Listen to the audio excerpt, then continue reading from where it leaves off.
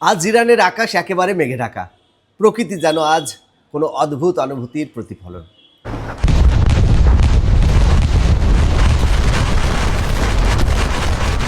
কোটি কোটি মানুষের মনে উদয় হয়েছে এক গুরুতর প্রশ্ন: সত্যি কি ইরান আজ তাদের শীর্ষ নেতাকে হারিয়েছেন? গতকালকেই মার্কিন ও ইসরায়েলি সহযোগিতায় ইরানের সর্বোচ্চ নেতা আয়াতুল্লাহ আলী খামেনেইর মৃত্যু নিশ্চিত করা হয়েছে। এই খবর আন্তর্জাতিক মানে ছড়িয়েছে এবং বিশ্ব রাজনীতি ও মধ্যপ্রাচ্যের ভবিষ্যৎকে এক অনিশ্চিত মোড় দিয়েছে। অনেক বিশেষজ্ঞ ও রাজনীতি বিশ্লেষক মনে করছেন, মার্কিন যুক্তরাষ্ট্র হয়তো ভেবেছিল খামেনেইর মৃত্যু ইরানকে ভীতু করবে বা তাদের রাজনীতিতে বিভাজন সৃষ্টি করবে, কিন্তু বাস্তবে এর বিপরীত প্রতিক্রিয়া হতে পারে।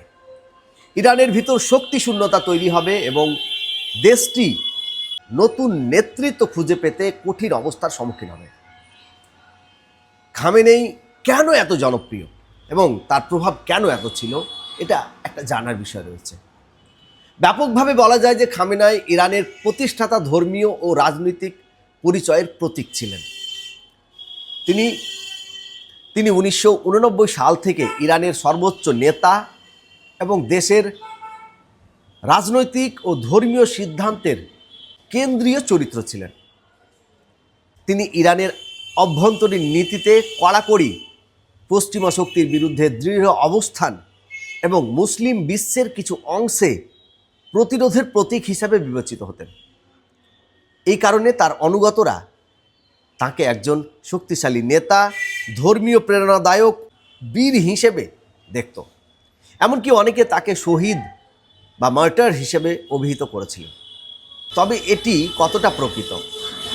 বর্তমানে ইরান ও আন্তর্জাতিক সংবাদ মাধ্যমগুলোতে খামেনেইর মৃত্যুর খবর নিশ্চিত করা হলেও অনেকে এখনও যাচাই বা নিশ্চিত করার অপেক্ষায় রয়েছেন। বিভিন্ন সোশ্যাল মিডিয়া ও মতামত রয়েছে যেটি পরিস্থিতিকে আরও বিপজ্জনক ও অনিশ্চিত করে তুলছে। এই যে খামেনেইর মৃত্যুতে আন্তর্জাতিক প্রতিক্রিয়া কী রয়েছে? বিভিন্ন দেশের রাজনৈতিক দল এই খবরের উপর বিভিন্ন প্রতিক্রিয়া দিয়েছে।